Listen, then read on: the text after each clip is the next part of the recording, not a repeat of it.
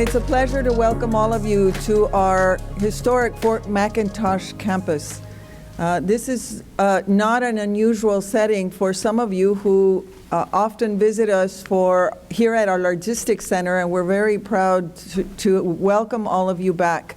And for those of you who have not visited our site before, please take the time to visit our facilities and speak to our staff, our faculty that are here as part of this great program and this great project.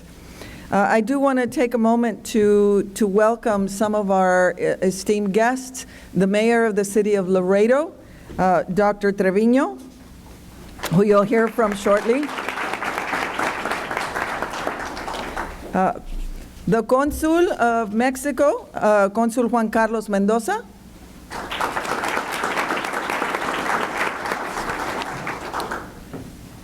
Representing Texas State Representative, House District 80, the Honorable Don McLaughlin, Ms. Lupita Cepeda.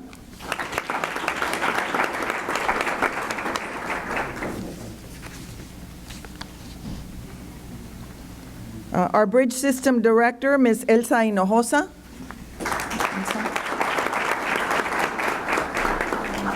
Thank you all for being here. And everyone in this room is important to us because today we have, we want to be able to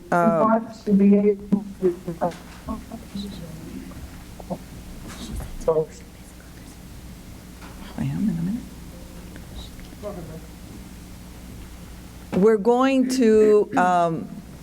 to discuss some very important issues.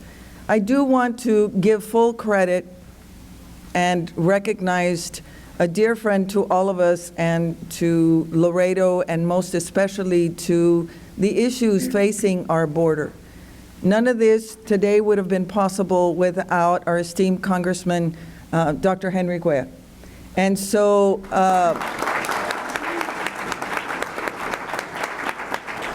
as you all know, he is trying very diligently to keep us informed about what is happening not only locally and in the state, but most importantly at our national levels.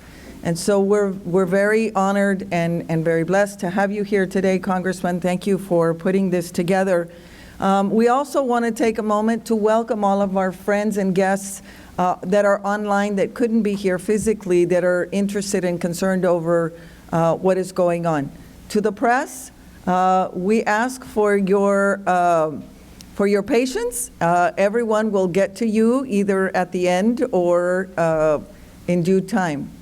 All of you may have questions, and at the end of our discussions, we ask that you either raise your hand and a microphone will be brought to you, or that you come to the podium to ask your question. Please identify yourself and the entity that you're with so that we are all aware who we're talking to. And with that, we'll begin this morning's remarks. I'm going to call on our esteemed mayor, the Honorable Dr. Victor Treviño. Mayor? Thank you. Thank you. Good morning, everyone. Dr. Victor Treviño, Mayor for the City of Laredo. Happy to be here to celebrate, especially on the eve of the 25th anniversary of the World Trade Bridge, and very soon the construction of the bridge next to it, which is part of... There we go. I think that's better. We're very fortunate to discuss the international trade with some of our subject matter experts. I do also want to thank Laredo College, Dr. Minita Ramirez, and Congressman Henry Cuellar for hosting this event and putting all of this together. I do want to mention, as most should know, the Congressman and Senator Cruz were incredibly instrumental in passing legislation to make it possible for President Biden to review both the cities and the World Trade Bridge, which was approved, Columbia Bridge expansion, which is under the review by the President currently, and the privately owned venture of the 4-5 Bridge that was approved. That is the purpose to build in the south of Webb County. So as Laredo continues to own and manage the #1 port of entry in the Western Hemisphere, I do want to emphasize that we continue to be a global leader and also balancing efficiency and security, because you cannot have one without the other. And I also want to thank Albert Flores and all the men and women of the CBP for the great work. They are one of the reasons why Laredo continues to be one of the safest cities in Texas and one of the safest cities in the country.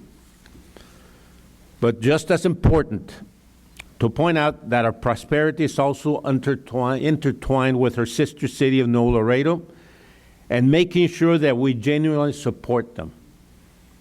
This is why I meet frequently with my counterpart, Alcaldesa Cantú Rosas, not just in Laredo, but in Nuevo Laredo.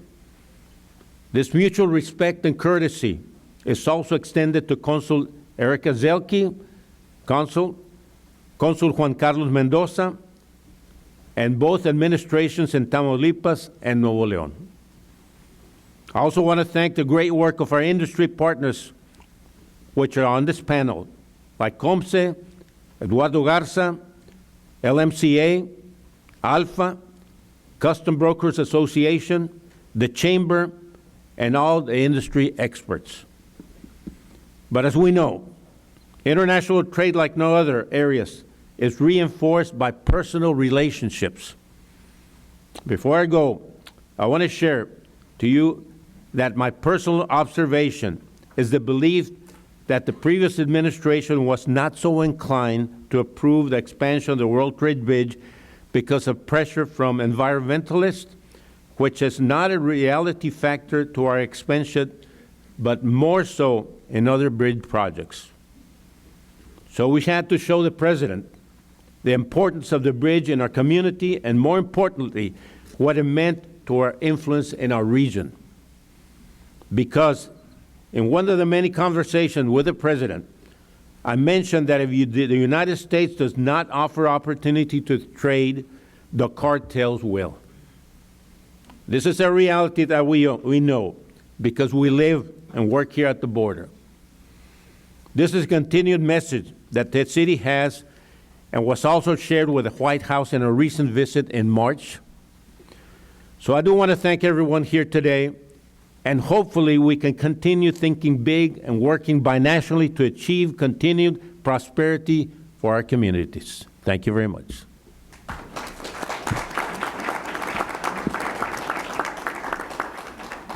Thank you, Mayor.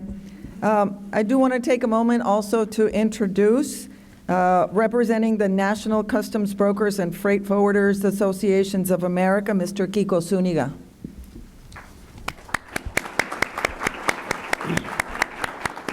And joining us is Councilwoman Melissa Cigarroa.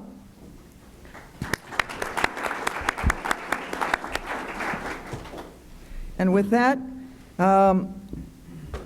please help me welcome the Honorable Congressman of our 28th District, Congressman Henry Cuellar. Thank you so much.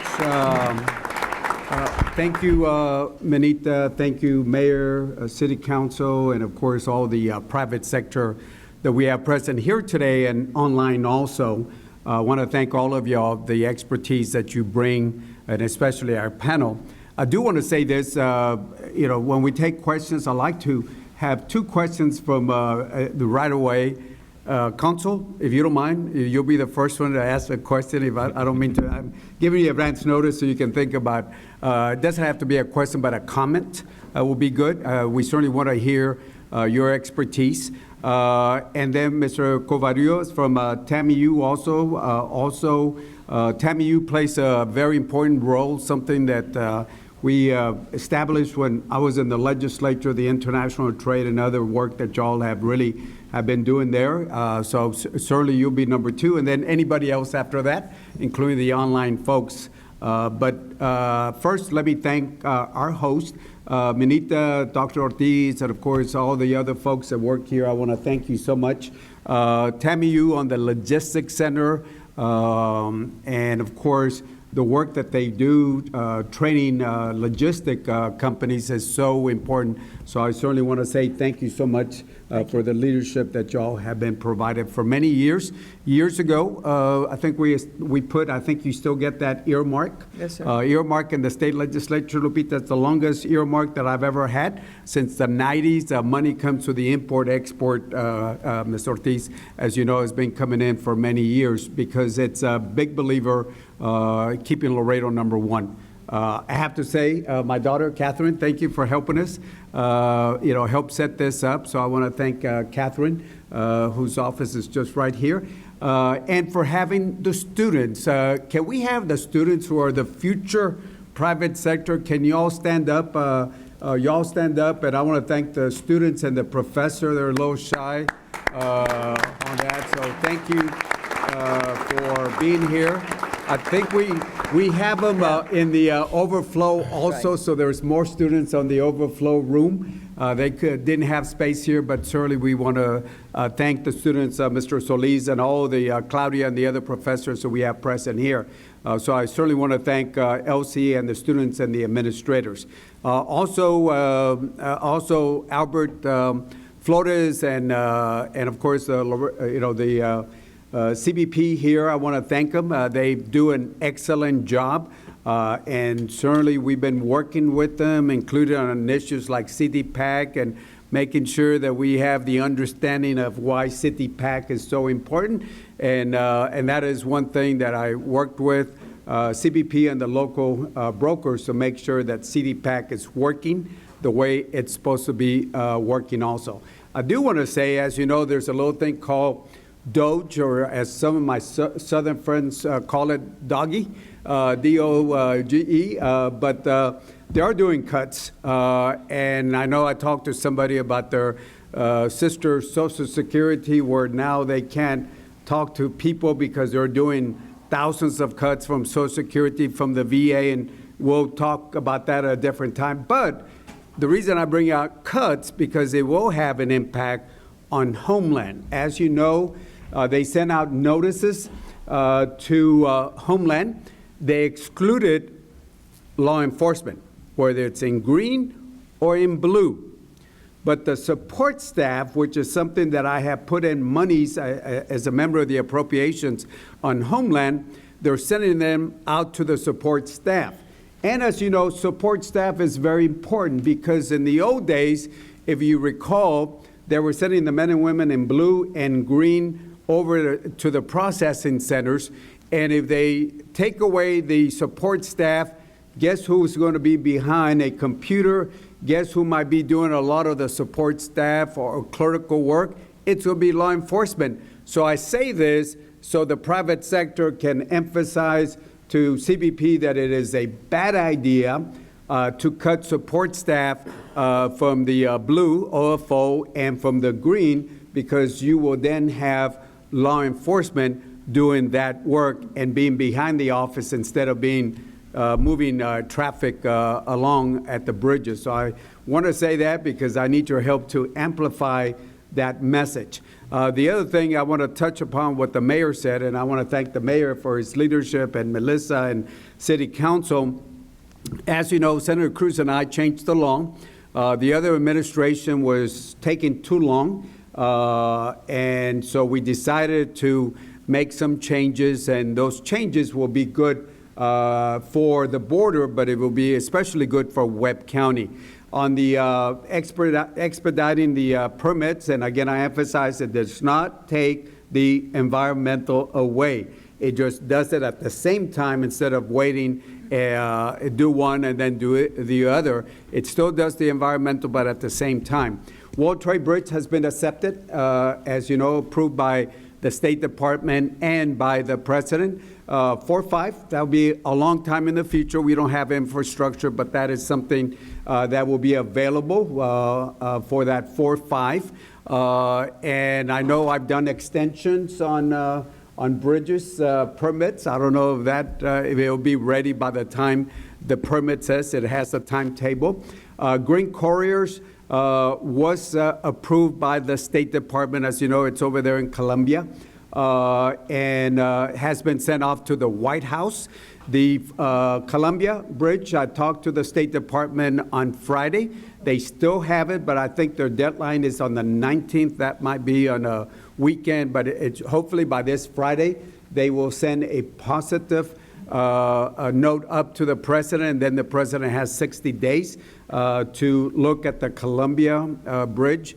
So we're waiting for the State Department, and hopefully that will come out positive on the Columbia so we can have that expansion. So we're looking at that, but at the same time, I do want to mention, because I hear from some of y'all on transportation. As you know, on the bipartisan infrastructure, it is the largest amount that the state of Texas has gone. As you know, the state sends it off to or the federal government sends it out to the state. And then, unfortunately, there is a little politics up there. So I always ask folks, and again, I'm talking very straightforward, if you have contact with the Republicans over there, tell them not to forget about the border area. Alex Mead has been doing a great job, but I hear from other places, oh, you ought to see the 18-wheelers that we have here, the 18-wheelers in Houston and Dallas and other places. And I said, yes.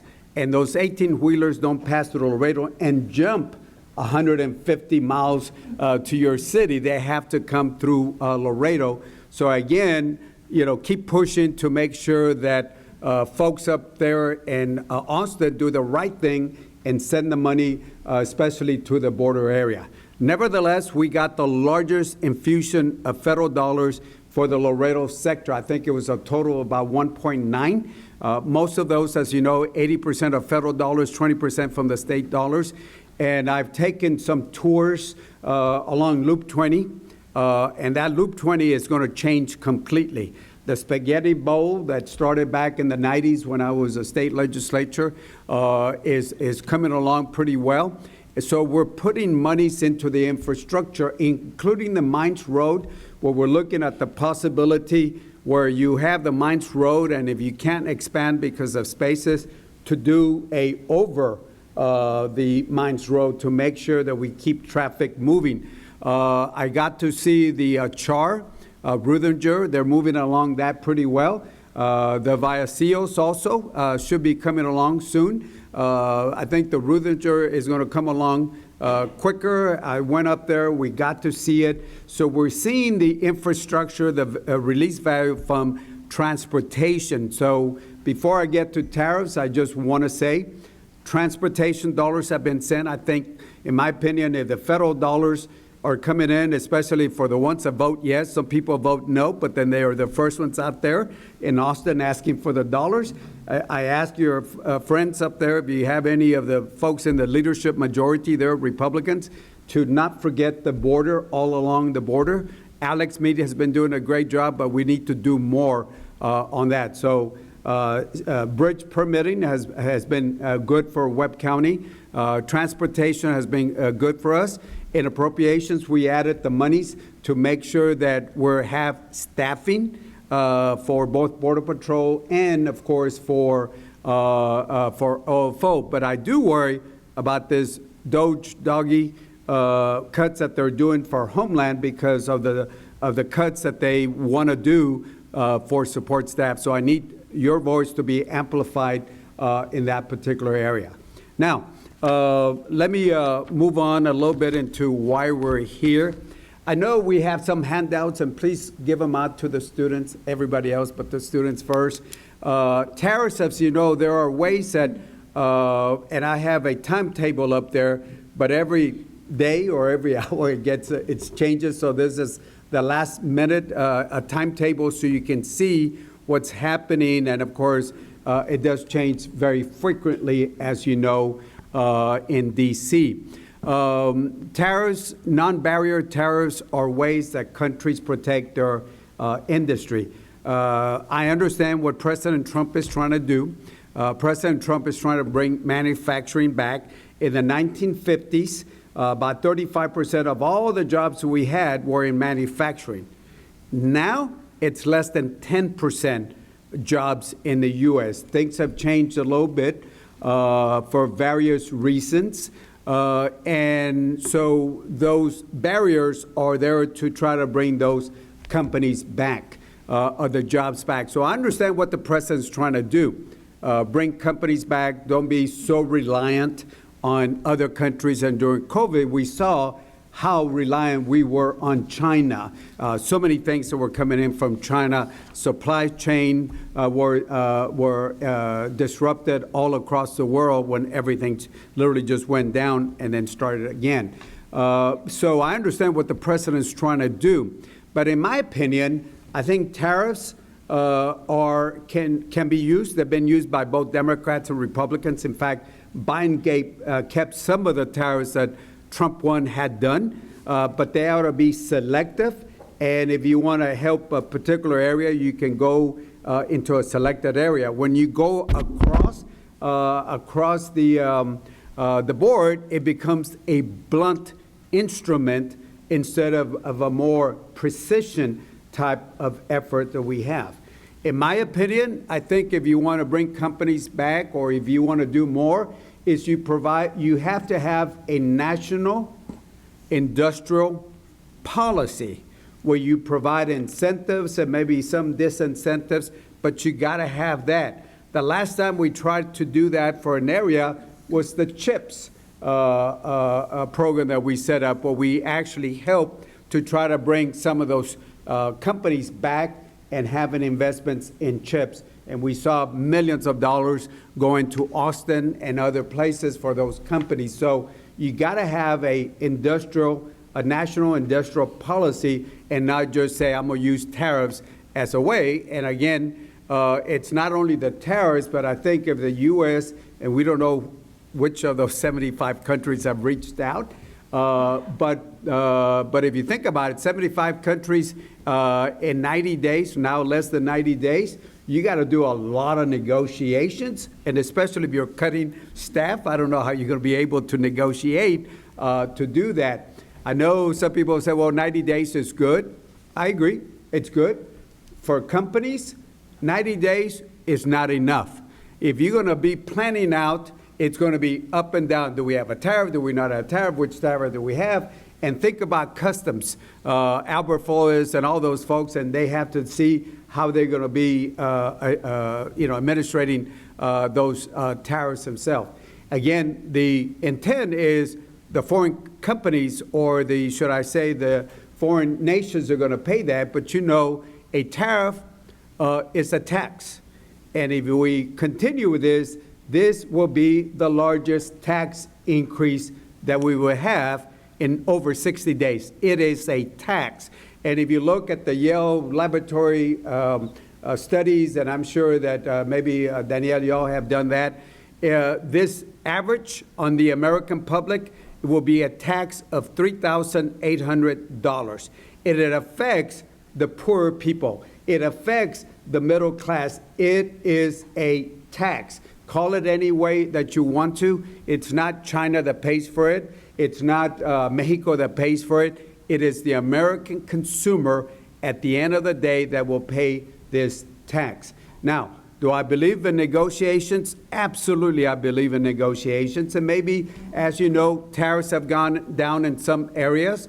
But you also have to look at non-tariff barriers. There are ways that China and other countries make it hard for us to send those goods. They said, well, our tariffs are low, but then they set non-tariff barriers. Oh, you got to do this, you got to do this, you got to do this, and it just makes it very, very hard. And that's another thing that I think the administration should be looking at, and not only tariffs. Tariffs, as you know, do have an impact. You saw the stock market, and that affected a lot of savings, even though it went up. It affected savings for people, especially the ones that were about to retire. It had a negative impact. So tariffs are not good, and across the board, it is certainly not good. I don't think they raised or took the tariffs off, at least for 90 days, from Hurd and McDonald's. Everybody know Hurd and McDonald's? Hurd and McDonald's is an island by the Antarctic by the South Pole that doesn't have people, but it has a lot of penguins. So the population rose up, penguins, and it just doesn't make sense why we're putting this across the board. And that tells you why we have to be selective, because you'd be putting tariffs on penguins on the Heard and McDonald Island. True, it is true on that, tariffs on that. And the rationale was, well, we don't want that island to be used as a transshipment by some other country on that. But anyway, we have to be smart, have a national industrial policy that might have some selective tariffs, but not across the board, and the incentives to have companies do more work here. Finally, I do want to say it does affect, I know for custom brokers and I think involved, the de minimis issue, as you know, on some of the ones on that. De minimis, it's interesting. We raised it, but we've been having conversations. That is a certain amount that's not inspected. I know there is concerns that some of those de minimis that were coming in from China were bringing in fentanyl. So we have to be very careful on how we address this issue. So those are some of the things I wanted to highlight. We will now hear, and Manita will go down the list, 3 to 5 minutes from everybody, and then we'll take questions. And if you don't mind, Council, we want to hear from you, and we certainly want to hear from Tammy, you, and of course the folks here at LC, and then out in the private sector. I know we have people online, so we'll try to take questions both from here and people that are online. Thank you, Manita, for hosting us. Thank you, Congressman, and help me thank him.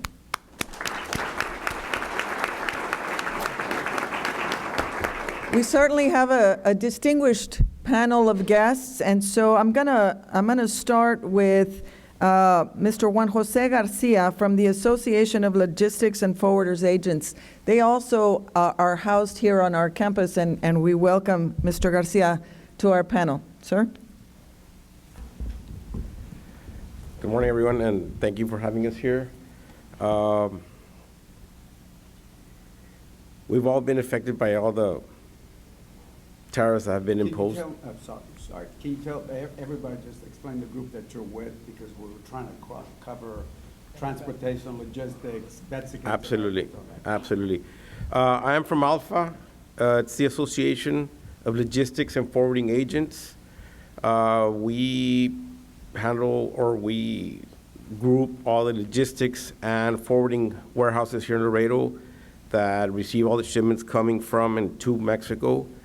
And we're here to talk about how we're being affected by the tariffs that everybody has been working with these last few weeks. We've all been struggling to get the shipments moving on time. We've been struggling to have information on time to our customers so that they can prepare, plan, and have shipments for everybody and all the industries here in the United States. So we've all been trying to work with everybody here, the transportation, logistics, customs brokers, and we've been trying to do the best we can with what we've had to work with so far. So that's where we're at right now. Thank you. Thank you, Mr. Garcia. The president of the Laredo Motor Carriers Association, Mr. Jerry Maldonado. Jerry? Yes, thank you. Thank you, Doctor. Thank you, Congressman Cuellar, for having us here. Again, my name is Jerry Maldonado. I'm the current chairman of the board for the Laredo Motor Carriers Association. Laredo Motor Carriers Association, who are we? We represent the truck drivers. We represent the drivers out on the road that we all see, especially in Laredo. You see them every day. Their job is simple. Move the goods that we all need every day from point A to point B. Tariffs, very, very, very interesting topic. In a nutshell, for the transportation industry, it's not good for our business. So I'll start with that. It is not good for our business. The uncertainty of the tariff talk, of the language, of adding a 10%, 20%, 25%, it unbalances the market, right? We plan years in advance in the trucking industry. You know, our numbers, you know, they matter every day, but our leadership, all our companies, they focus on what we're going to do next year and the year after that. And what do we have to focus on? We're going to need to buy more equipment. We're going to need more trucks. We're going to need more trailers. You know, have we outgrown our facility? Do we need to now invest in a bigger property? You know, acquire more land. You know, plan to hire more drivers. All those things happen on our day-to-day. And with this topic of tariffs, the uncertainty is what's hurting us the most, because everyone is, for the most part, at a standstill. Everybody's is waiting for it to blow over. This conversation, and I do want to make a clarification. We as an industry support the reasons that the administration has openly expressed on why they're imposing these tariffs. They're trying to combat, you know, human trafficking. They're trying to stop, you know, the illegal drugs from coming into the country. We as an industry support that, and we are in line with that. Do we feel that the tariff was the right way to go about it? No, we do not. Right? It's affecting everything that we do. And it affects us, all of us as citizens. How does it affect us as citizens? Because the uncertainty also, you know, the prices of things. At the end of the day, like the Congressman said, this is a tax that if it does happen, we will all pay for it. Every single one of us will pay for it. You know, this is not going to be pushed on someone in another country. And then they want to bring manufacturing back. The intention is to bring, you know, companies back to the United States. The reality of that happening, unfortunately, is not that simple. You know, if you are the CEO of a company and your plan is to start a new manufacturing plant somewhere in the world, you know, your job is to find the best place for it to work financially. Because at the end of the day, if my job is to produce this every single day, I want to make it affordable for my customers. We are all the customers, right? So if you want to, you know, produce this in a country that is going to cost you more money to do it, the price of it will go up. And then maybe people won't buy it as much as you want it to be sold, right? So even starting up a new manufacturing plant anywhere in the States, let's say Texas, it's going to take years of planning, building, construction, etc. And by then, what if this whole talk of tariff goes away? You know, a new administration comes in, and then it's not something that needs to be done anymore. So that part also, unfortunately, we don't feel it's something that's going to work positively, because people can just say, I'll wait 3.5 years. And let's see what happens then. You know, I'll start my construction then. I'll start my planning of where am I going to build my new plant then. So in a nutshell, you know, respectfully to the administration, this is not good for business. It's something that is causing uncertainty, is messing with the transportation world negatively. You know, our load volumes, yes, of course, prior to April 2nd, there was a huge push of cross all these loads and get everything across the border. But then, you know, for now, for the next 90 days, you know, it's gonna slow down again. It's gonna come down. The transportation industry has been in a recession for 14 months, one of the longest in the last 25 years. And then you add to that tariffs, you add to that this uncertainty, is not good for business. So if it were up to us, you know, find another way to negotiate, you know, use another tactic, because this is affecting all of us. And a lot of people don't realize it. It affects every one of us. If it does happen that they do this, we will all pay for it. And that's ultimately not only not good for business, it's not good for any of us. So thank you. Thank you for having us. Yeah, Lupita, if I can just add something. I was at the American Trucking Association speaking to them, and they had the Canadian Trucking Association, the Mexican, different, the men. And it's good. I was one of the brokers. Y'all been doing that, but it seems to be uniting the Canadians, at least on the private sector, and the Mexicanos together. Politics is a different thing, but it's united. But being there, they had a big rig, and I was talking to the head of ATA, American Trucking Association, and they said a tariff on one of these rigs will cost us somewhere between $25,000 to $35,000. Think about that. So if you're a big company, it still hurts. But if you're a mom and pop trying to expand, $25,000 to $35,000 a rig at the tariffs if they would go with that. So it does have an impact on you. It's a significant impact, because we don't make our numbers, you know, based on an increase of $35,000, $25,000 per truck, right? And if it does happen, it's going to affect us significantly. You may not be able to buy, if your plan was to buy 10 more trucks, maybe you can afford 4 now. you know? So that's also it can potentially affect the supply chain also. But yes, it's a huge increase on the cost of an 18-wheeler. Thank you, Jerry. Thank you, Jerry. Moving on, do we want to take questions as we go, or we're gonna go through Jorge and then we'll come back to you. Monica Martinez, representing the Laredo Chamber of Commerce. I ask that you not forget to turn on your microphones, please. If the light is red, that means it's not on, and bring it closer to you so that our friends online can hear you. Thank you. Too close. Too close? No?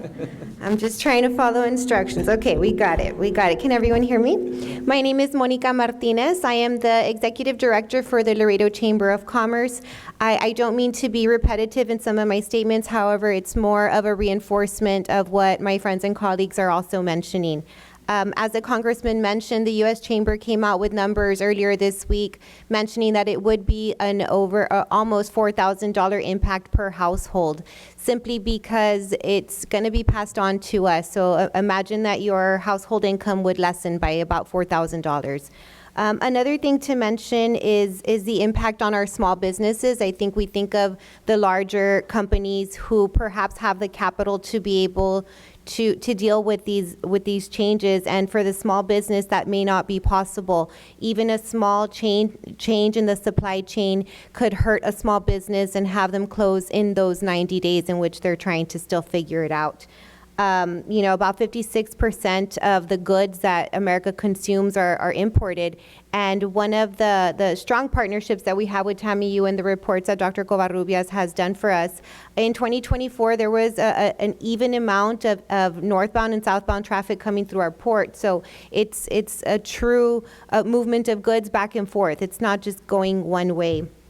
One of the things that can hurt a small business is going to be if their supplier is foreign, and even if they are the secondary supplier. A lot of times things that our local businesses will order, even if they are US based, they themselves have a supplier that might be foreign. So it's gonna disrupt their business in many ways, and it could be even coffee beans, for example. What is that gonna do to the small coffee shop owner? That is going to hurt them greatly. The small trucking company, as I mentioned earlier, what are trailers made out of? Steel and aluminum. So that could also disrupt them, even if they have a small fleet of 5 trucks. So in essence, basically, our small business owners are faced with having to make challenging decisions right now. Do they fulfill their order? Do they try to continue to operate their business, or do they wait to see if there's more certainty down the road? In essence, this is just going to make things more difficult. We, as a chamber, we support USMCA. We want it to continue. We know that our community is a vibrant community when trade and commerce happens freely.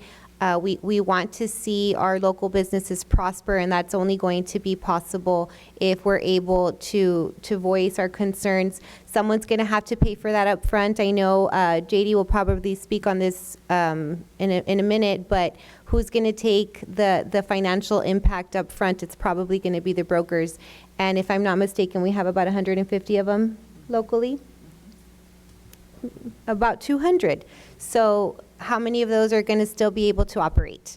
And again, those are our local people, the local impact. Obviously, this is going to hurt our nation completely, but if we talk about just our community here, the local business owners and the brokers and everybody who helps move America, you know, a lot happens through our port, and it's going to impact the nation completely. Just us as a chamber, we are continuing to grow. We represent over 800 local businesses, and more than 525 of those are small businesses or the micro business with less than 15 employees. So what will that do to our membership? Again, thank you for the opportunity, Congressman. Thank you, Ms. Martinez. Moving along, Mr. Jorge Cavazos, the Laredo Licensed U.S. Customs Brokers Association. Good morning, Jorge Cavazos, President of Laredo Licensed U.S. Customs Brokers Association. Yes, we do have actually 200 member licensed U.S. Customs brokers part of our association. There's still about another 100 that are not members. So a lot of us here. So first of all, I'll talk about the role of the U.S. Customs broker. We're a broker. That means we're a middleman. Who are our customers? They are the importer, the U.S. importers or foreign importers that hire us to transact business on their behalf. We get powers of attorney, and we essentially, we prepare all the necessary customs documentation, we calculate duty, and then we in turn pay it to our on the other side of the fence, CBP. So the role of the U.S. Customs broker hasn't been as important as it has lately. We are front and center. We're the ones who are expected to provide, to calculate all these tariffs correctly and timely. Timely is very important. Shipment crosses today, we have 10 working days to present that entry summary to U.S. Customs in proper form with the correct duties attached. So when you looked at the time frame of what's been rolled out, starting with Section 301, and then it became IEEPA, and then Section 232 with steel and aluminum, and then we have IEEPA for reciprocal tax, and the yes reciprocal tax and no reciprocal tax. Who's dealing with that right now? It's the U.S. Customs broker. We have that role and responsibility to report everything correctly and timely. So that's just who's doing all the work. It's we are. We want to convey that, and it puts a lot of stress on us as both as leaders, as business owners, to do everything, because we do have very skilled staff that's working on these entries to present everything correctly to customs. So I'll talk about the impact of tariffs. So yes, a tariff is a tax on the consumer. Let's be very clear about that. Who pays it immediately? It's the importer of record, our customers. They're fronting the bill right now. So everybody talks about what's going to happen in the future. We really don't know at this point. Keep in mind, these tariffs started the beginning of March. So we went through the entire month of March with all of you saw the time frame there of taxes on this and that and the other thing. So that actual bill is going to be paid by these importers. Typically, it's the following month. So what started in March, what transacted in March gets paid in the middle of the month in April. That's when those duties get withdrawn from by ACH, by CBP, from these importers. So they're now going to get the huge tax bill. And what decision they make is really important to all of us, right? If they decide to, God forbid, to scale back, that is the trickle effect on everyone here in Laredo, everything that's involved in this industry, logistics, starting with U.S. Customs brokers to trucking companies to everybody.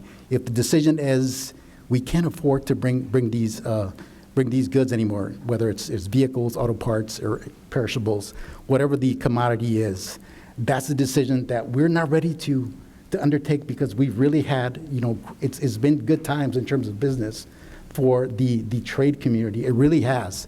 So I'm really concerned about the impact, not only on the industry here, it's on all the consumers.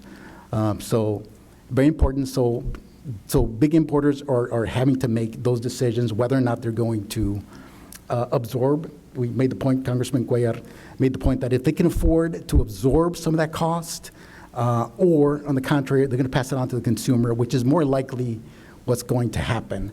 And whether or not we can afford to pay $10,000, people said $3,000 on a vehicle, I think it's it's a low estimation. When you factor in tax on steel and aluminum, on now auto parts that's coming, 25% duty on vehicles, you're talking about at least $10,000 per each vehicle. Whether or not the U.S. consumer, and these are good times for consumers, they say, well, I can still afford that vehicle, yes, but when you don't have that job security, and that's what I'm talking about, the impact of the scale back action and that triple effect, how comfortable are you in financing a vehicle for the next 6, 7, or 8 years? I think now it's a 10-year note that these dealers are giving you. So that's what's going to be important. But what's of concern, and this is my last point, is that we haven't seen the impact on auto parts.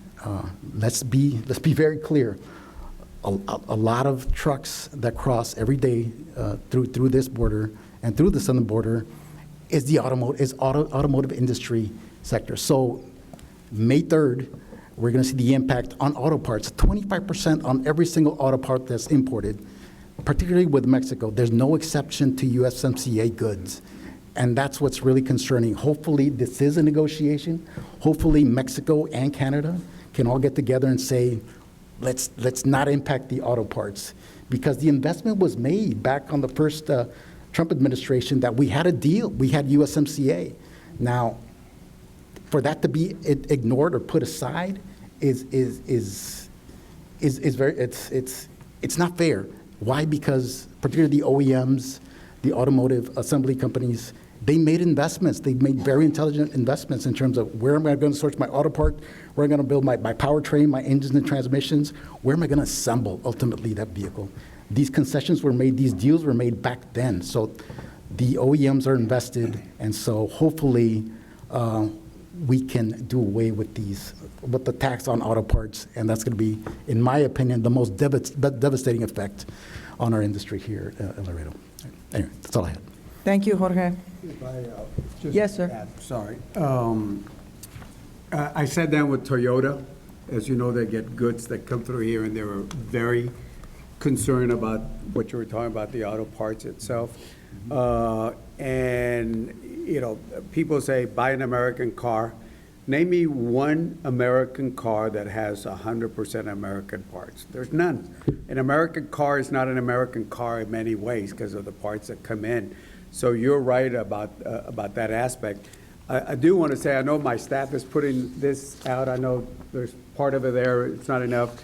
There's 4 pages that has not only the timeline, but it has the taxes that have been announced already. There are some pending tariffs specifics that still have not come out. There's possible tariffs list also, whether it's copper or the $1.5 million per entry fee for Chinese vehicle vessels.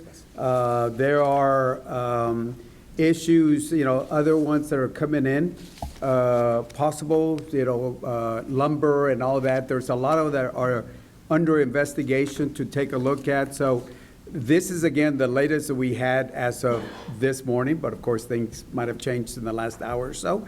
I would ask you to take a look at this. I know we're giving out copies, but I know some folks wanted the latest things, and I ask you to take a look, and my staff is handing that out. Thank you. Thank you, Congressman. Moving along with our panelist, Mr. Jose D. Gonzalez, better known as JD, from the National Customs Brokers Association. JD. Thank you, Benito. And also, thank you, Congressman Cuellar, for putting this together. You know, it's kind of tough going towards the end because everybody has all your talking points. I was writing everything down, and, you know, a lot of discussions already gone through there, but I'll elaborate a little bit more in certain areas. You know, first of all, Congressman made reference to cutting support staff.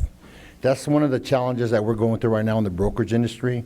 Considering the fast pace that this administration is going through the tariff changes, a lot of the information requires technical support, especially just Friday alone. They started in the morning with 125% on China. By noon, there were changes already at 145%.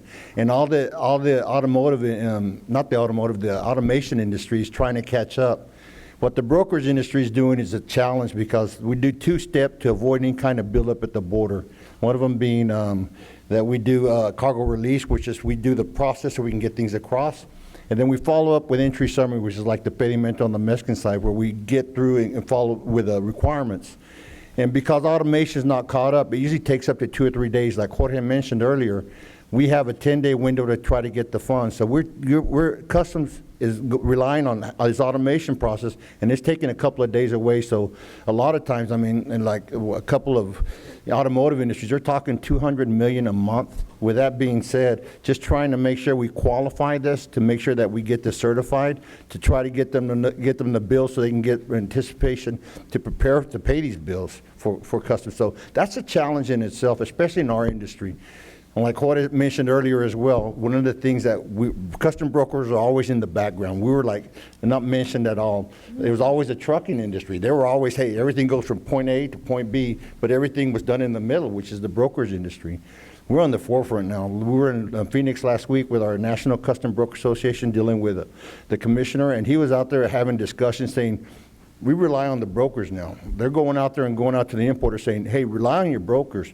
And the brokers have to be not only brokers, but also deal with their legal advice as well to make sure that they comply with the information. One of the things that are challenges are the key words, must or may, and a lot of times we're trying to figure out what really does apply because a lot of the information is digested after the fact that the information, that we were provided. So we're trying to sit there and make sure that we comply with our requirements because a lot of times, like Congressman said, there's enforcement. There's a lot of enforcement, so the brokers are being put in the forefront. And on top of that, the importers are really relying on us to make sure that, hey, we comply with this information because we're on the hook in addition to the legal liabilities to our clients to make sure we get the most economical impact, to make sure we get merchandise across and within the same time frame to kind of benefit the consumer in the end. But in the end, tariffs play a big role. I know Congressman made reference just the other day that, he should, and I was watching the program where you made reference where, hey, he's taking Doge, is going out there, going really aggressive. He should take a really surgical approach on this because if he goes out there with a surgical approach, even with a threat alone, instead of actually taking action, I believe that it would really help the economy and it would also help the consumer as well. So what Jerry said earlier was, we have 33 years of USMCA of NAFTA. I know that we were talking about the industry where on Friday, and then over the weekend it came out where they're going to start limiting certain iPhones or certain commodities that is going to affect because it takes 3 or 5 years. If they're looking at that sector, they should also take in consideration the factor that, the billings that we take into place. Building those buildings alone, they've taken the 33 years. If they were to sit there, the way everything's coming out, it seems like we want immediate action. With that being said, if we do 3 to 5 years, it'll be better implementation. On top of that, a lot of the importers are repaying the duties up front. That's capital income that they could be using to build those infrastructures. So they were to work on that. It would really help out and be beneficial to the trade and also to the U.S. America First agenda. So, I could keep on going with other stuff, but I know one of the things that's really helping us out, we were talking about the trucking industry. One of the things that we're kind of dealing with is there's a process called in-bond. When I was in meeting, we have, and with the help of Kiko, we have a group together called a NACBA, North American Custom Brokers Affiliation, dealing with Mexico, Canada, and the United States. They're trying to figure out a way how they can get merchandise from Mexico to Canada without having to pay any duties, and in-bond is a process. Challenges there is a lot of the foreign carriers don't have a bonding process, and on top of that, there's a shortage of equipment. So we're having to work through that, and they're also trying to go out there and get the boats across from Mexico straight to Canada.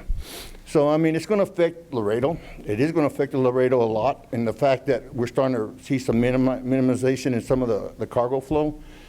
I know a lot of tariffs were exempt, and we got the gold standard where Mexico and Canada were exempt from having to pay certain tariffs, which was great for our industry and great for the 3 countries, but at the same time, steel and aluminum and also the automotive industry, that's going to be the challenge in itself. So thank you for the opportunity, and thank you for letting me speak up on this one. Thank you, JD, and no stranger to Laredo College for sure. Thank you, sir. Next up, we have from the Texas International Produce Association, the president and CEO, Dante Galizia. I'm sorry. No worries. Galeazzi. Little different from some of the other panelists. Galeazzi. Man, I got a lot of feedback here. There we go. So a little bit about our organization, because I'm very different from these gentlemen, although very much in the same thread of international trade. So the Texas International Produce Association educates, advocates, promotes, and represents on behalf of the $13 billion of fresh fruits and vegetables that are either grown in the state of Texas or consider Texas the first point of arrival for North American distribution.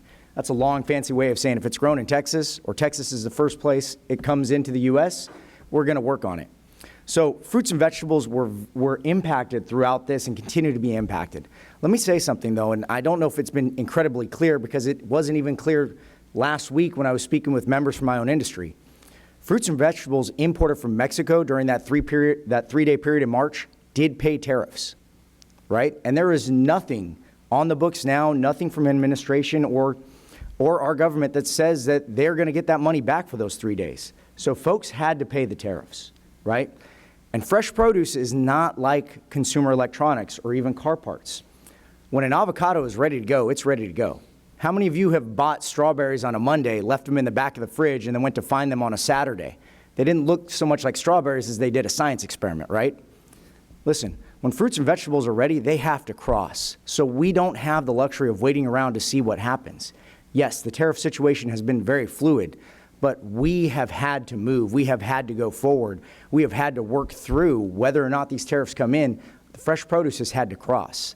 And we understand the conversation continues to be about nearshoring and onshoring, but to relocate fruit and vegetable production from foreign countries into this country would almost be an insurmountable hurdle because of all the challenges that go with it, right? You can talk about infrastructure, but you just begin by land.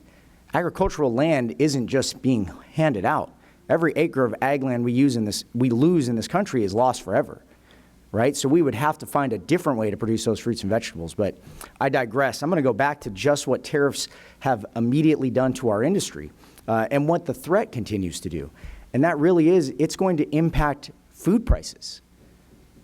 Fruits and vegetables faced with the tariff are going to impact food prices at the grocery store, at the restaurants, even within school districts, right? Because our country depends on an international supply chain. More than 60% of the fruits we eat in the U.S. are foreign grown. More than 35% of the vegetables we eat in the U.S. are foreign grown. And Texas is a big winner in that because Texas crosses 13 billion pounds. Almost 3 billion pounds of fresh produce cross every year here in Laredo alone. Right? So we are very much integrated into the North American supply chain. Tariffs continue to drive this wedge into our industry. We are vertically integrated, which means companies here in the U.S., especially in Laredo, have partnerships in Canada and Mexico. What happens if 2/3 of your company is unable to access its primary market? That's not a strategy for success, and that can't last long. So we need certainty. Someone on this panel said, uncertainty is hurting us the most. I could not agree with them more. That is probably the single biggest challenge that we have is the uncertainty of what it means to the industry. And so you're not just looking at the cost of food to the American consumer because they're absolutely the one that's going to pick it up. You're looking at the cost of health.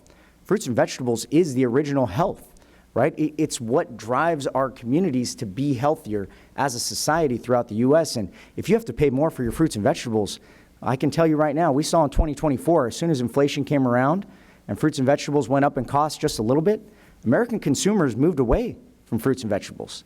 They went more towards boxed foods because they were cheaper and they got their calorie count.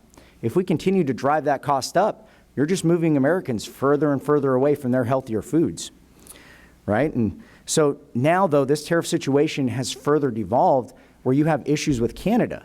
Our Texas fruit and vegetable growers consider Canada a primary market. Guess what Canada did? They put tariffs on U.S.-grown fruits and vegetables.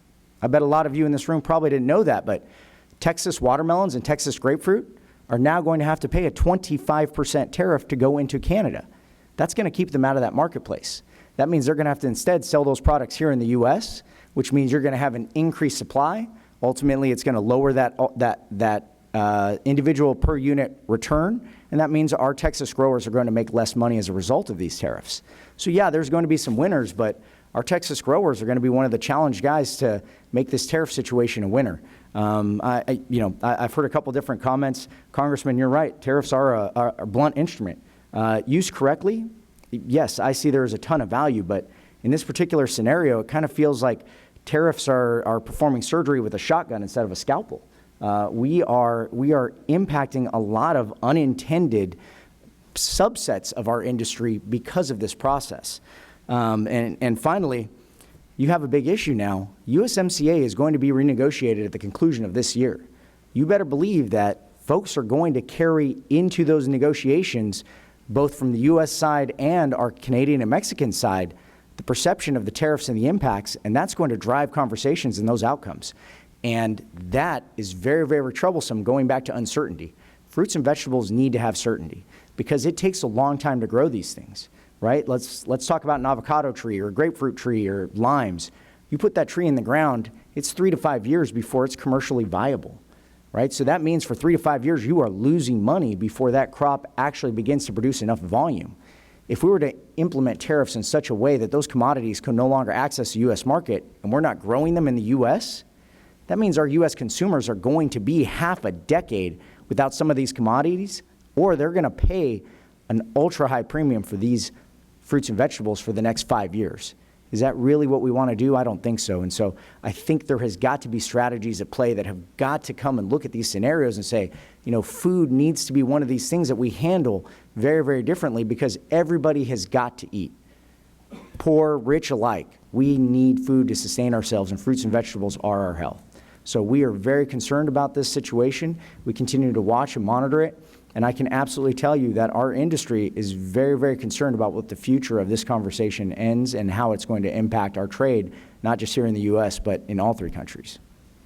Thank you, Mr. Gagliazzi.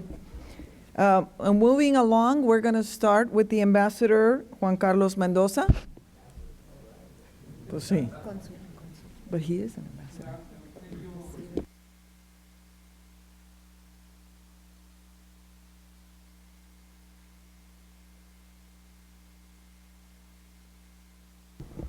Thank you for inviting us to have this discussion here.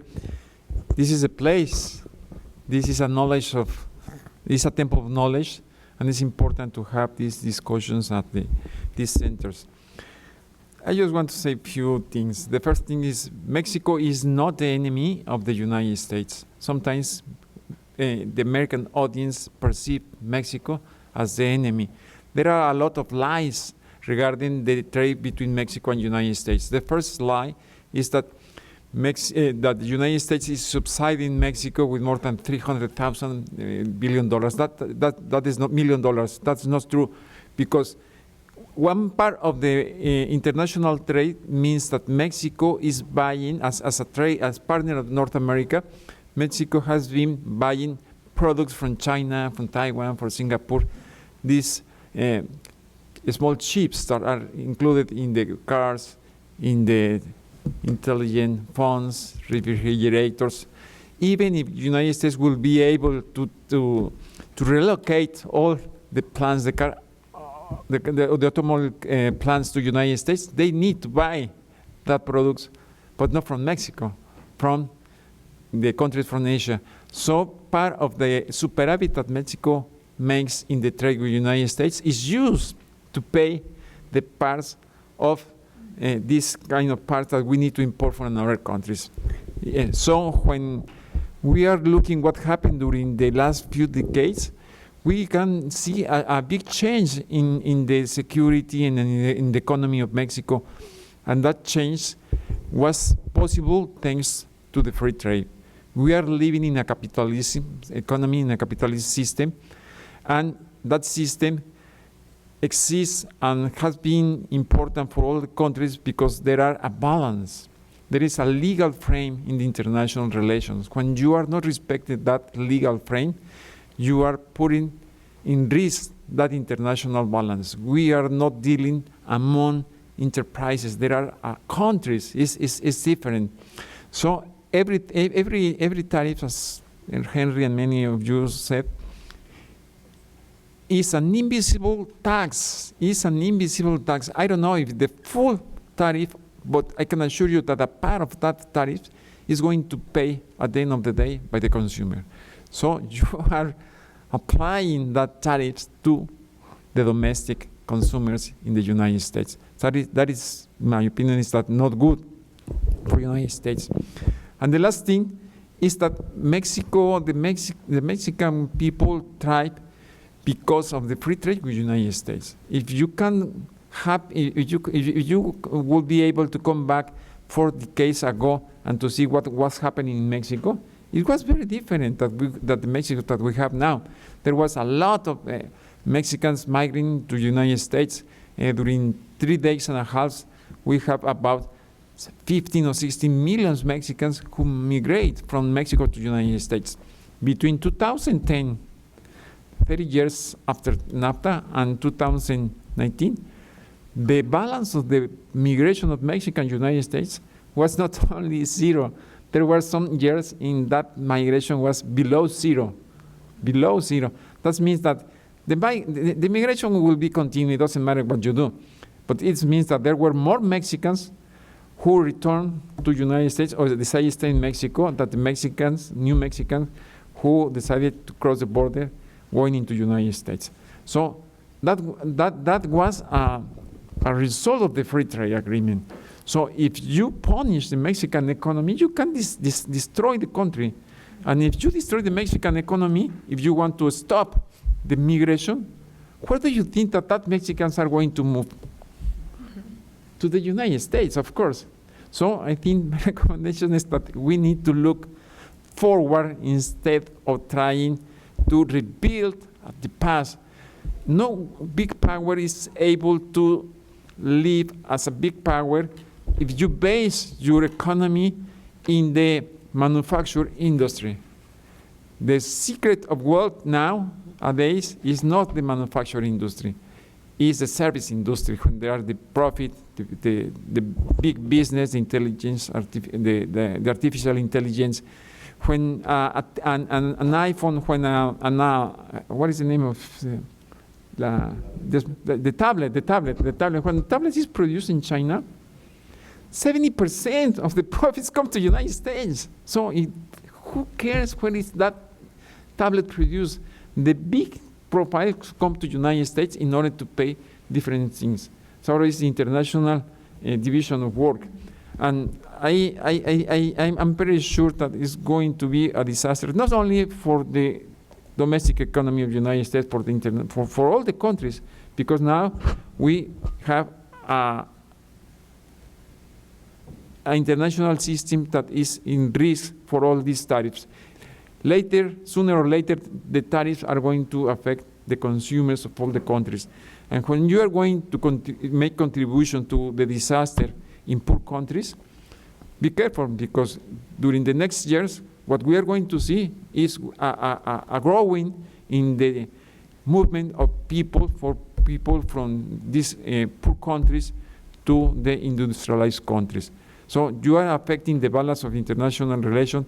If the country who more benefit for the international order was United States. So when you are thinking why the United States are paying for the security in Europe, the security of Japan, is because the country who won the war and he decided to make the rule of the international order was United States. And United States is the country who most has been receiving the international benefits of this order. And if you put in risk this legal frame, you are going to be close to push the war to a third world.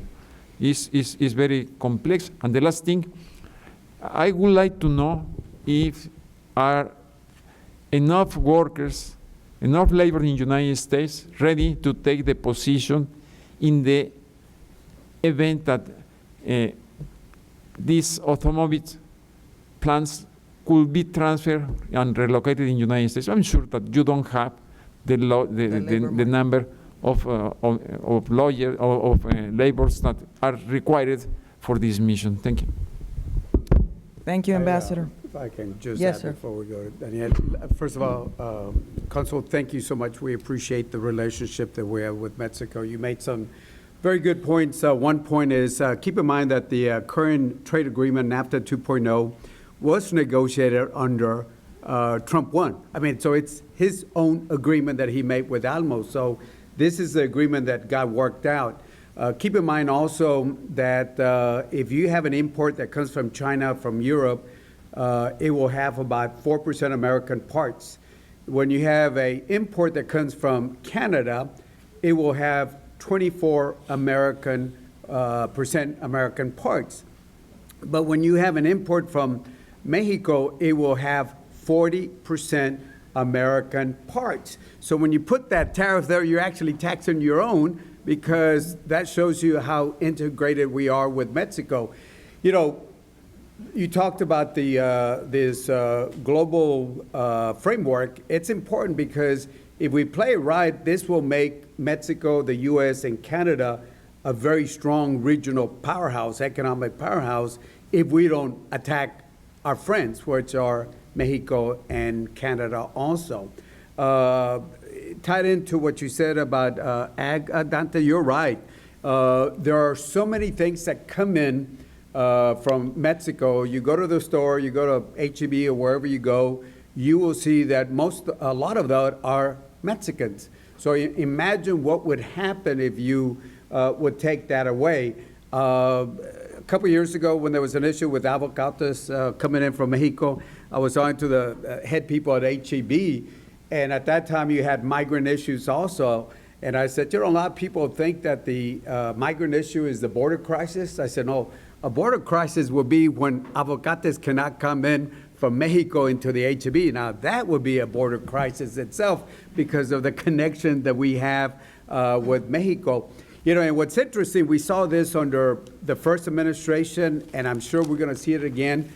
It's putting the ag, and I'm talking about ag in general, at a disadvantage because we can't sell, let's say, soybean to China as an example. When that happened under the first administration, Brazil stepped up and other countries stepped up. So when they took the tariffs away and the American farmers would say, hey, we're ready to sell to you, what happened?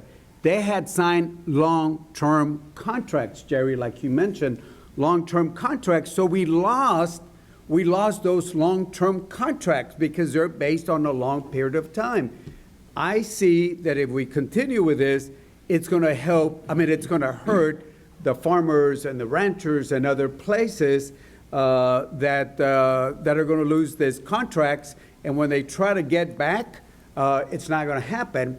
And I think the same playbook is going to be used under the first administration where they said, oh, don't worry about it. Farmers and ranchers, we're going to send you a subsidies. So the American taxpayers, they lost those long-term contracts. And what happens? You will see, mark my word, and I'll talk about this, just like we did under the administration, we'll send them a subsidy in the billions and the billions and the billions of dollars.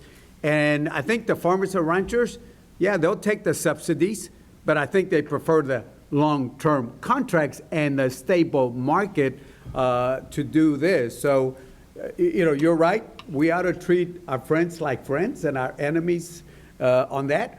I know they said we don't trade with Russia. There's no tariffs on Russia. I guess there's no trade. North Korea, Cuba, I guess there's no trade with them. But it's interesting who was taxed and who was not taxed. Your friends. Thank you. Moving along. I might add a thank you. comment before we continue. Yes, sir. I think that destabilizing Mexico is not in the best interest of the U.S., especially because commerce and security go hand in hand, especially here in Laredo. And we see that every day. So destabilizing Mexico would be detrimental, not only for us, but the rest of the country. So that only stands to reason. That would be my comment. Well, Mayor, you're right, because I think our national interest, we want to have a strong, prosperous, secure Mexico. It's to our own interest that our next door neighbor that has 1,954 miles with the U.S., that Mexico is strong, prosperous, and secure, and not get them into that part. And by the way, talking about labor, I deal with immigration issues all the time.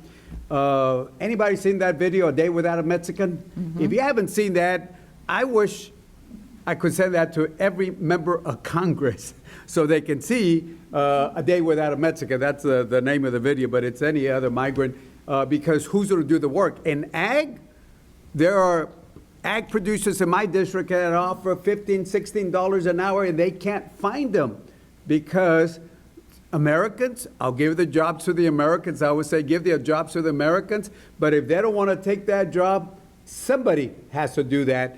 And if that work is not being produced, that lowers the economic input. And you know this, Dante, very well, in the ag industry, it affects the economic output of the United States because we can't produce that, not only in ag, but in construction and other areas that we face this all the time. Thank you, Congressman. Out of respect of time, we're going to go to Dr. Daniel Covarrubias, followed by Jorge Ciarroa, and then Kiko Zuniga. Thank you. Thank you. Thank you, Dr. Ramirez, and thank you, Dr. Cuellar, for the invitation. Great panel. As JD says, it's hard to go now because everybody has touched upon excellent points, but I'll try to get my points across, right? First, let's start with some of the data that we've been producing there at the center and that I'm sure you've all been witness of. we put together a report on what these tariffs would mean in impacts on employment on the U.S. So we identified the top 15 states in the U.S. that would have jobs, not necessarily job losses, but jobs exposed to trade between Mexico, Canada, and the United States. And we identified 4.3 million jobs between these 15 states, right? We're putting together, actually last night I was finishing the report for Mexico, and it's going to go out this week. And in Mexico, we identified those top 15 states, and it's going to be close, if not a little more than 5 million jobs that are exposed there as well. That's a lot of jobs, and we're going to do the same thing for Canada, just so we get a sense on what these tariffs represent on impacts to employment, possible exposure to impacts to employment as North America as a whole. So what is North America? North America is an economic bloc that represents 30% of the world's GDP. It's 500 million consumers. It's $1.6 trillion of trade per year. That's $3.5 million of trade per minute. So the idea that we've been working on is trying to maintain the integrity of North America. Obviously, what we've been talking about is reimagining North America. North America as it is, it's not going to stand anymore. So we've been proposing things that could be brought up to the discussion table for USMCA 2.0. We see USMCA 2.0 as a more integral framework, one that has to deal with illegal immigration, one that has to deal with fentanyl, one that has to deal with arms crossing into Mexico. All that has to go into this revision of the agreement. But we're also proposing other things. We wrote a white paper. I wrote it together with Ambassador Jerónimo Gutiérrez, an ex-ambassador from Mexico to the United States. We published it under the U.S.-Mexico Foundation, and we called it a binational customs agency. And there our approach is to think in innovative ways in that North America can change its institutions. So our proposal there was that CBP and ANAM sort of merge together and they form one binational customs agency. Is that easy? Obviously not, right? But we proposed a framework that could be based on the International Boundary Water Commission treaty, just how they work. They have two sections, one on the US, one on the Mexican side. It can work like that. The NatBank is another great example of how binational agencies work. So that's one proposal we're putting on the table, Congressman, that you can gladly take and put together forth for USMCA 2.0. The other one that we're putting on the table is what we call a North American Industrial Policy Coordination Council. And that one is because when NAFTA started, one of the ideas that was there was to form a continental industrial policy. But it worked so well, and USMCA continued to work so well, that was put on a back burner, and it was forgotten. Mexico has an industrial policy, the US has its own industrial policy, Canada has its own industrial policy. But for the continent to be able to form this bloc and compete as an economic bloc, I think there has to be a coordinated industrial policy for the continent as a whole that can take advantage of Mexico's manufacturing plants that they already have there. Mexico's demographics, they have an average age of 29 years. They can take advantage of the US research, development, innovation, smart manufacturing, everything the US brings to the table, and Canada's natural resources that none of the other two countries have. So if we form this coordination council that can take advantage of this, obviously having to deal with the public sector and the private sector. I know that in the USMCA we have Chapter 26 that some sort goes into that, but there's not enough private sector participation in it for it to work. So those are the proposals we have there. Other figures, we can't forget, it's rarely spoken about, but we can't forget that as the consul was saying, the US is a service-backed economy, right? And the US actually has a service surplus. And that's not a surplus that's talked about in many occasions. It's a $300 billion surplus a year that the US produces on services. Obviously, it doesn't do enough to the deficit that they identify with everything else, but it is a surplus. So bringing back manufacturing to the United States, maybe smart manufacturing, maybe some strategical manufacturing processes can be brought back, but the US Manufacturer Association right now has a figure that there's 800,000 unfilled manufacturing jobs in the United States currently. So bringing back manufacturing, like the consul was saying, it's going to be a workforce issue, and it's not going to be immediate that we'll be able to figure out that workforce issue. So those are just some thoughts that I have on this. And certainly, you know, because I was involved in the USMCA. In fact, if you go to my office, you will see the actual gavel that was used for the UMCA, the actual vote that was used, my voting card or my voting thing that I got. Nancy Pelosi was able to get that over to me, all the originals, because we worked on it with the different U.S. businesses, including, of course, Fruits and Vegetables, Farm Bureau, and a whole bunch of folks. We were able to add certain things, and one of the things that we added was the recapitalization of NatBank to make it more efficient and to work on that. But we certainly want to look, and let's certainly sit down, and that applies to everybody if you have some good ideas, because the revision comes up next year. It might start a little earlier because of the current environment, but it will be coming up, and certainly want to take any input. One of the things that I am looking at is China in Mexico. I know there's rules of origins, but there's still concerns for some of us, including myself, as to China being right next door from, well, I won't go into details, but there are a lot of circumstances that some of us had concerns. So that is something that we got to work with Mexico and Canada on. Yeah, I know a lot of work was done on the rules of origin, but China being next door does concern myself and a lot of other folks. So we certainly want to take input as we get ready for the review of NAFTA 2.0. Thank you, and thank you, Daniel. The report, the white paper, can be found on the Texas Success Center website? Texas Center website, Yeah, okay. Mr. Jorge Sierra, you want to pass the microphone to the back, please? Yes. Thank you.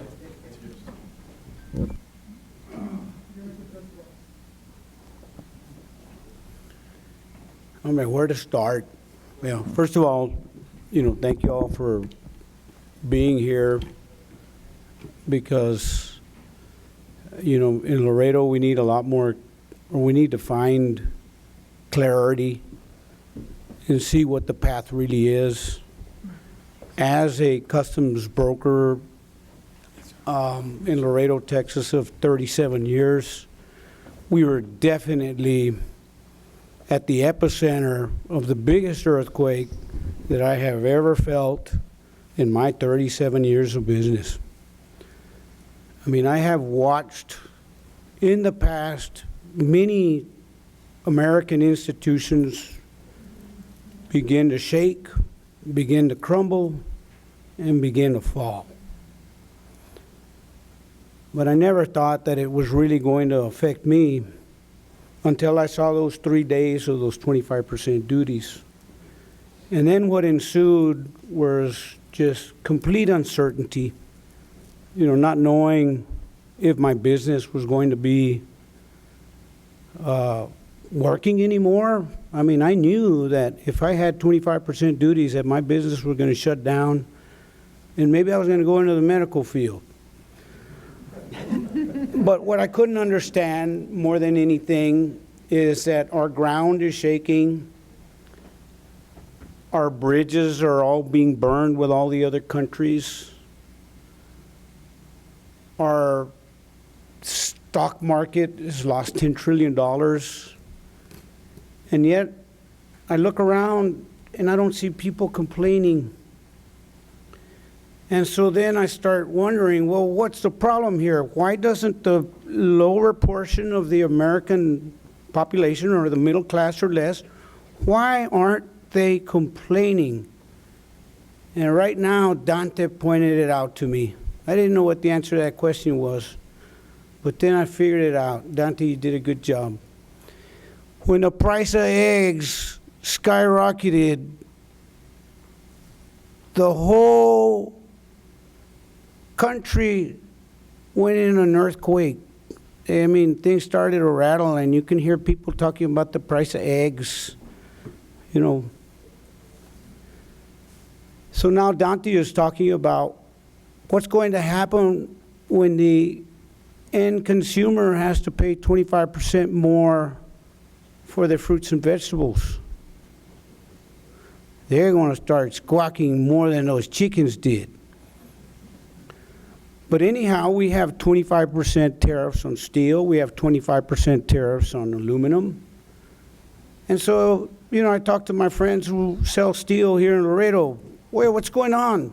Hombre, this 25% duty hadn't even started, and the American companies already upped their prices by 20%.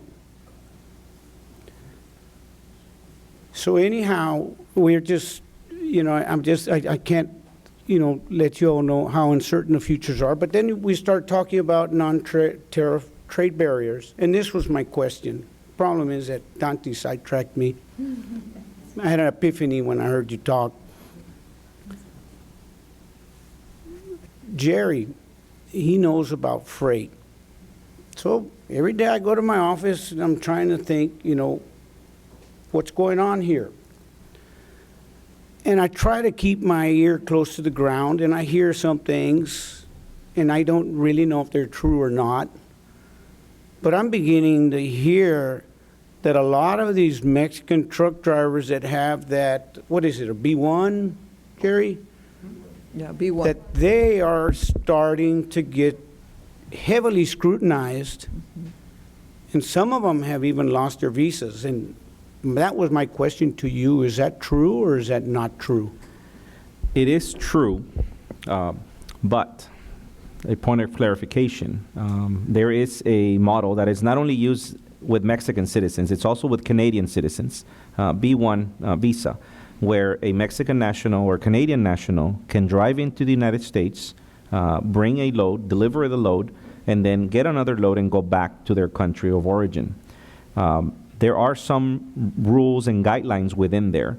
The most important one is they're not supposed to do a word called cabotage. What does that mean? National moves. Meaning, simplest terms, if I'm a B1 driver, I go to Nuevo Laredo and get my load, I cross it, I go deliver it in Columbus, Ohio, I can move to Nashville, Tennessee empty and get another load coming back south.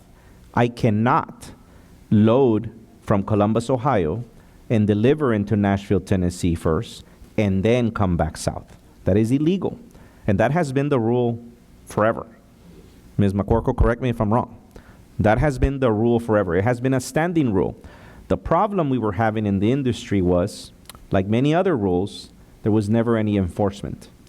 So people got comfortable. Drivers got comfortable. Business owners got comfortable breaking the law. As of last week, CVP started an operation where they started checking drivers to enforce the law. A law that has always existed. And yes, they were targeted in a way where they are being allowed to enter the country with a provision that they have to follow these guidelines. So when they were checked, if they had broken the law, and they could prove that, CBP can prove that, you know, they have the tools to do it. I won't go into all those details because they may not be public, but they can check to see if you've crossed your load or not. They can see if you've done if you've done it the right way or the wrong way. And if people are caught doing it the wrong way, their visas are taken. That is the punishment. The drivers, the human being behind the truck, his visa is revoked and taken, and they are sent to the country of origin, whether it's Mexico or Canada. Here, of course, in Laredo, you will most likely have Mexican citizens that are doing this. There are also Canadians that come all the way to Laredo, yes, and then they have to go back to Canada. And if those are checked, and if they're caught doing it illegally, then of course their visa will also be revoked. So yes, it is something that as an industry, we encourage all our members, all our trucking companies that are out on the road to operate legally and safely. So as an industry, do we support CVP doing their job? Yes, we do. Do we encourage all our members to follow the law? Yes, we do.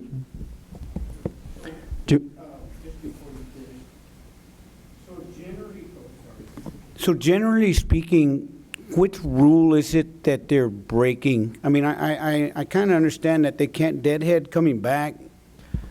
Or- They cannot be moving loads within the United States because Yeah. that is classified as you're now taking a load away from a CDL driver, a U.S. citizen. a And national. is that the main general reason why they're losing their visas? I'm only assuming here because I am not an agent of the federal government, but that is possibly one of the main reasons why their visas are being taken because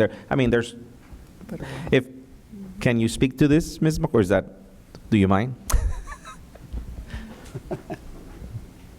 State your name, please. Hi, good afternoon. My name is Cindy McCorkle, and I'm the supervisor for the CTPAD office here in Laredo. Before becoming the supervisor for the CTPAD office, I was a supervisory CVPO at World Trade. So I am very familiar with this topic. In fact, I did a lot of outreach to the trade industry regarding cabotage. And cabotage is part of a immigration law. I was actually trying to look it up so I can give you the exact law, but I'll get back to you, Mr. Cigarro. I'll provide you more information. But yes, I know there was operations going on last week, and I don't know exactly for how long that was done. I know there was a lot of comments on social media and inquiries about it because there was a lot of trucks that were seen, or a lot of truck drivers were put out of service. But yes, Jerry, you explained it perfectly. And my most simple way to tell you guys, if the shipment's coming from Mexico, it has to come into the United States, and then they can pick up in the United States, but they have to exit back to Mexico. So it either has to come in loaded and leave loaded. You cannot drop it off somewhere else. That will be considered domestic, and of course that hurts our domestic truck drivers.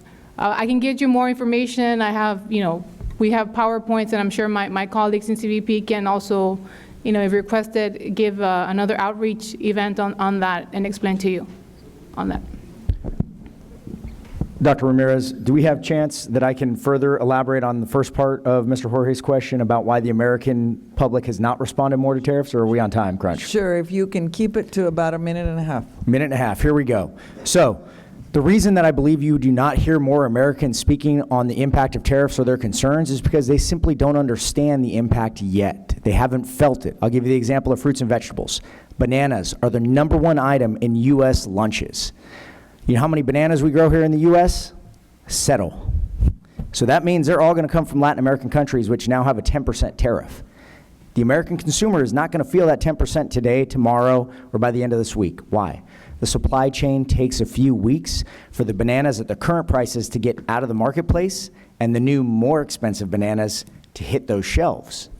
So I would encourage all of you to do two things. One, open your H-E-B grocery store app. This is not an advertisement for H-E-B, but this is the easiest way to do it. Look at the cost per pound of bananas today. I think it was 51 cents. 1 month from today, go back and look. And I will put money on this table right here that it is not going to be 51 cents a pound. The American consumer isn't saying anything today because they're going to the grocery store today, and it's the same bill they paid yesterday. But a month from now, it's going to be impacted, and it's going to be different. And just as I alluded to, like we saw in 2024, when those store prices go up, the American consumers change their consumption patterns, change their consumption habits, and when they start changing those habits and feeling it, that's when they say something. So I think the American consumer just isn't aware yet, but I think they're going to say something. It's just not today or tomorrow.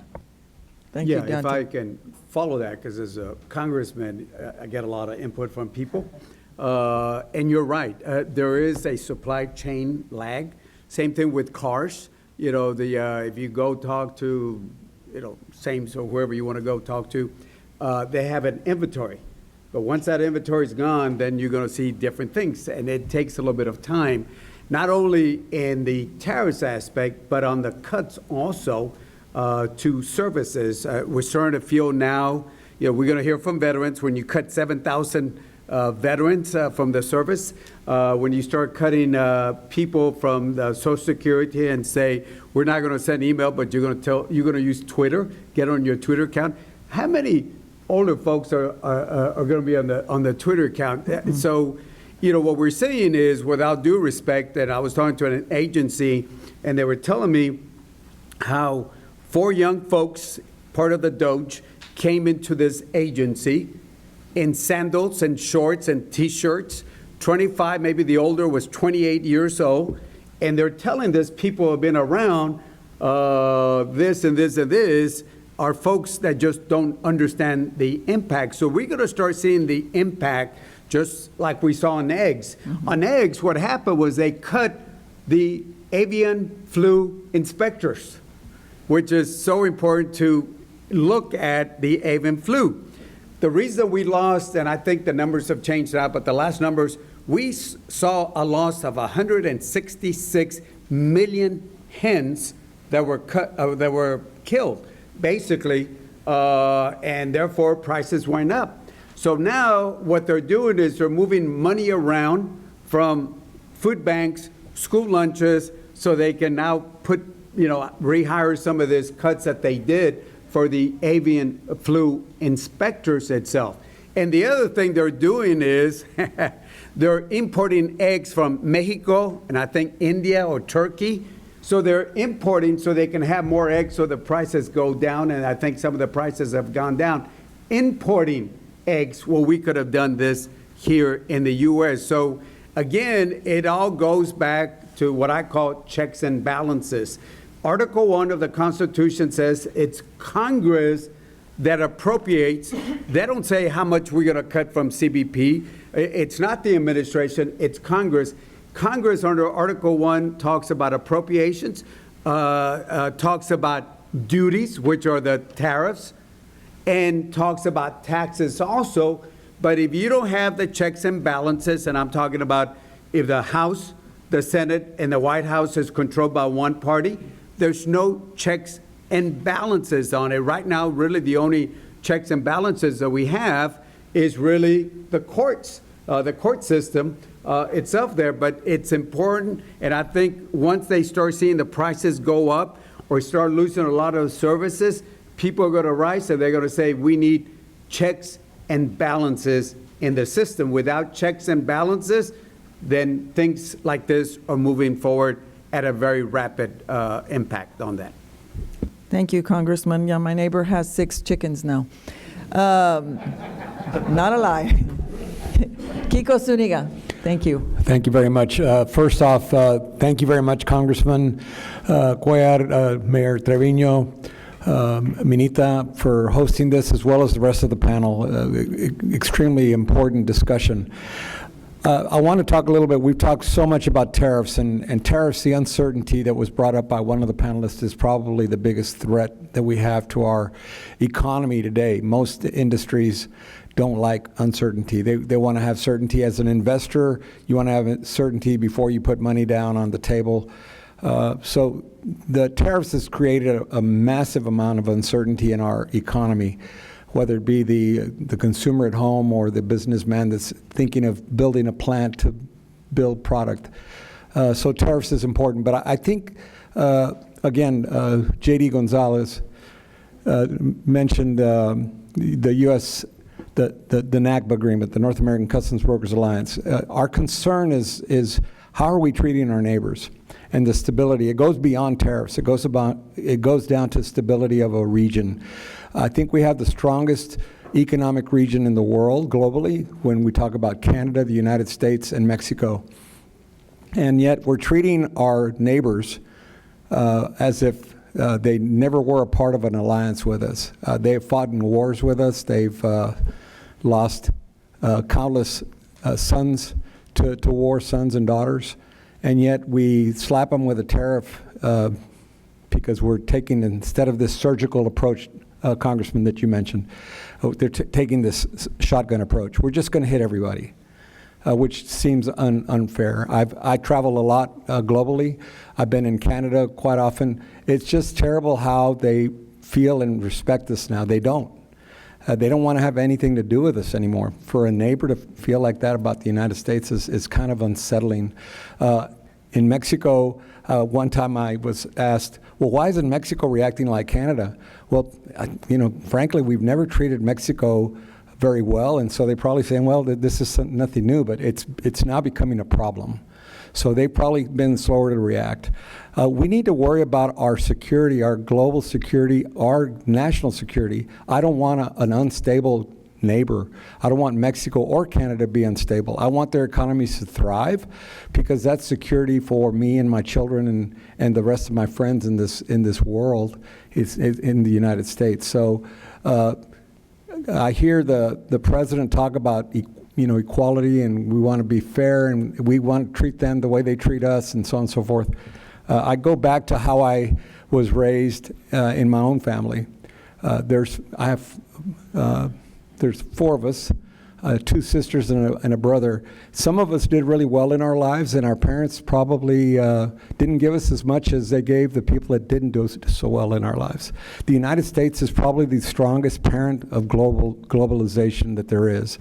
And sometimes we may not get from our neighbors what we give them, but we absolutely need to treat them properly and make sure they're stable so that we can have a stable economy, a stable safe and secure nation to live in. So I'd leave you with that, because I think tariffs have been talked about a lot. The uncertainty is incredible. And I agree, Dante, a month, 2 months from now, there's going to be a lot of screaming going on, because I just happened to buy a new truck, right? And the salesman told me, he goes, man, you did the right thing, because in 2 months this truck's going to cost $9,500 more than you paid today. So, good I bought the truck, but bad for the people that are thinking about buying a truck and haven't bought it. Yeah, and not only that, Dante, and also is that you're going to have some companies that are going to raise prices because they say, well, if my competitor is going to go up by 25%, then if I go up 5%, and I think somebody mentioned it's already happening right now that some are already charging. So at the end of the day, it's not only the tariffs, but you're going to have some folks that are going to raise their their goods, and it's going to be affecting us directly.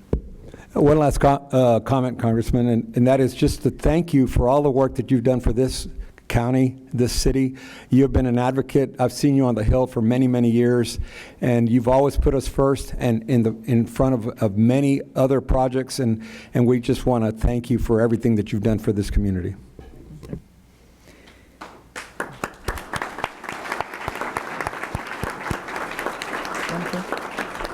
Ladies and gentlemen, with that, we're going to take one last question or comment from the audience. Andrew, the microphone is there if you'll just pass it down. Andrew Carranco. What a great panel. Thank you all so much. We've been talking about tariffs, and I have nothing but pity for the penguins at the Heard and McDonald Islands and the Falklands and the Kerguelen Islands in the South Atlantic.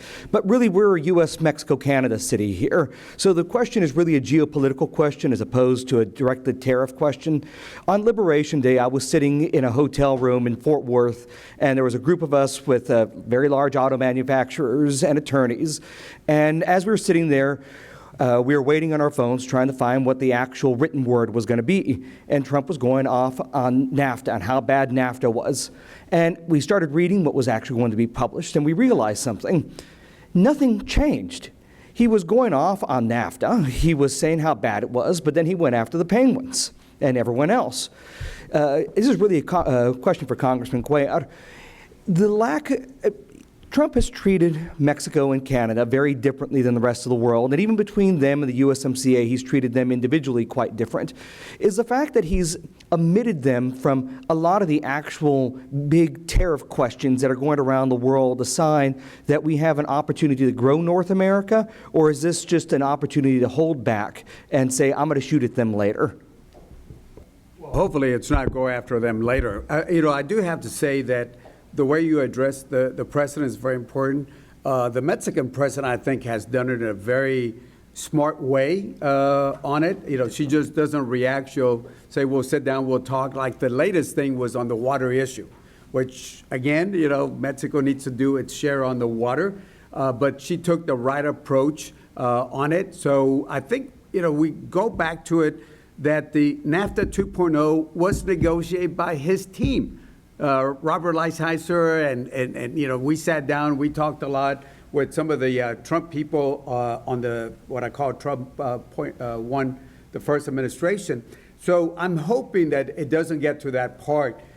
He has treated Mexico, and I think in Canada to a certain extent, very, very differently. And part of it has to do with the reaction, I think, of the leaders from Mexico working with President Trump. You know, and he likes to meet with, either talk or meet with them. As you know, he's meeting with the president of El Salvador on the immigration issue right now. And I hope that doesn't escalate with the U.S. and Mexico. I don't think it will, especially if you look at, I think it's a Commerce Secretary, has a lot of relationships with Mexico, past relationships with Mexico, but I do hope that he leaves any revisions to the USMCA framework that we have right now itself on that. But keep in mind what I said at the very beginning. Import comes from Mexico, 40% are American parts. 40% are American parts. And as you mentioned also, or somebody mentioned, is the service industry. The U.S. is doing pretty good on the service industry itself, on the surplus itself. Thank you, Congressman. Last but not least, Councilwoman Melissa Cigarro.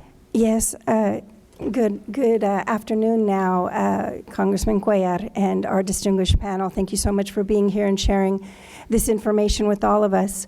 I will say, though, one thing, as we've gone and identified, or as you all have gone and identified the problems that we face here as a region and as a city, there's not much talk for solutions and what we can do, and that is a complicated question.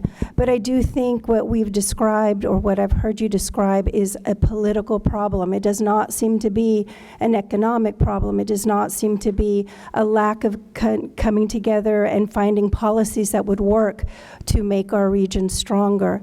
And our region is in the world also, Canada, United States, and Mexico, stronger. It seems like that work is being done, and yet it is being ignored. So this really is a political issue. And what we have seen is a failure of our checks and balances to work. It is one man who is creating this tariff nonsensical policy, but it is being fueled by the lack of checks and balances by the Republican Party currently in the House. Now, what does that mean for us? Well, in a political system, we as voters need to express our disapproval. We need to dissent in a politically correct way. We need to contact any Republican members of the House that we think we can influence. Because until 2026, if the Republican Party does not change course, they will allow this president to continue to exert power that he does not legitimately have. He has declared the ability to create these tariffs out of his whole cloth on his own from a power of an emergency that exists against U.S. policy. There is no emergency we're facing. In fact, he took one of the strongest economic region, the U.S., Mexico, Canada region in the world, and he has taken that down. What emergency did we face before? And so I believe that we need to express ourselves to the Republicans in Congress so that they can reverse course, so that they can grab back their constitutional duties to control the tariffs, and so that we can have common sense and we can have that certainty that businesses need to thrive. This is not a difficult problem to understand. Certainty is what drives growth in the economic sector. Certainty is what we need. And until we ask our politicians to regain that certainty, we're going to keep questioning the same issues. So that is my only comment, that we as voters can do something. It's limited, but we can do it in a politically correct, a constitutionally appropriate way. Thank you. Melissa, certainly, I ask people to contact Democrats, but especially Republicans. I was trying to be very diplomatic, say checks and balances, because if you don't have checks and balances, you know what I'm talking about, have at least the House that can say something, this is going to continue the way it is. So checks and balances are going to be very important. But as Dante said, and all of y'all said, Jorge, I'm talking, people need to hear, the public officials congressmen and senators need to hear. And I think with this, there's a low delay, there's a low lag, but the prices are going to be going up, and I think and services are going to be going down. And I think people will hopefully, in a civil way, show the displeasure of some of the things going on. JD mentioned something, and Andrew, I met with your Canadian parliamentarian. In fact, they were involved in one of the virtual town halls that I did, calls that I did. The Canadians were involved. They didn't say it there, but I think Mexico's reacting a little different because they're not being called the 52nd state like the Canadians will be called the 51st. So the Canadians are reacting very differently, because if they're saying you're going to be the 51st state, whether that's not realistic, but still, and then they put tariffs, and then one of the official comes out on behalf of the administration and say, you better not retaliate, take it, lay back and take it. I mean, seriously, you're a national leader, you're going to say, okay, we're not going to retaliate, we're going to take it, and that's the message that's coming in. It just doesn't make sense, without due respect. I understand the intentions, but using a scalpel will be better than using an axe or a chainsaw, like you've seen. And it is just, I can understand using a scalpel, but using an axe or a chainsaw is not the way to do good public policy itself. So with that, thank you, Congressman. Too long. It's lunchtime. Thank you. Thank you to all of our panelists for being here today. Thank you, Congressman, and thank you all for your patience.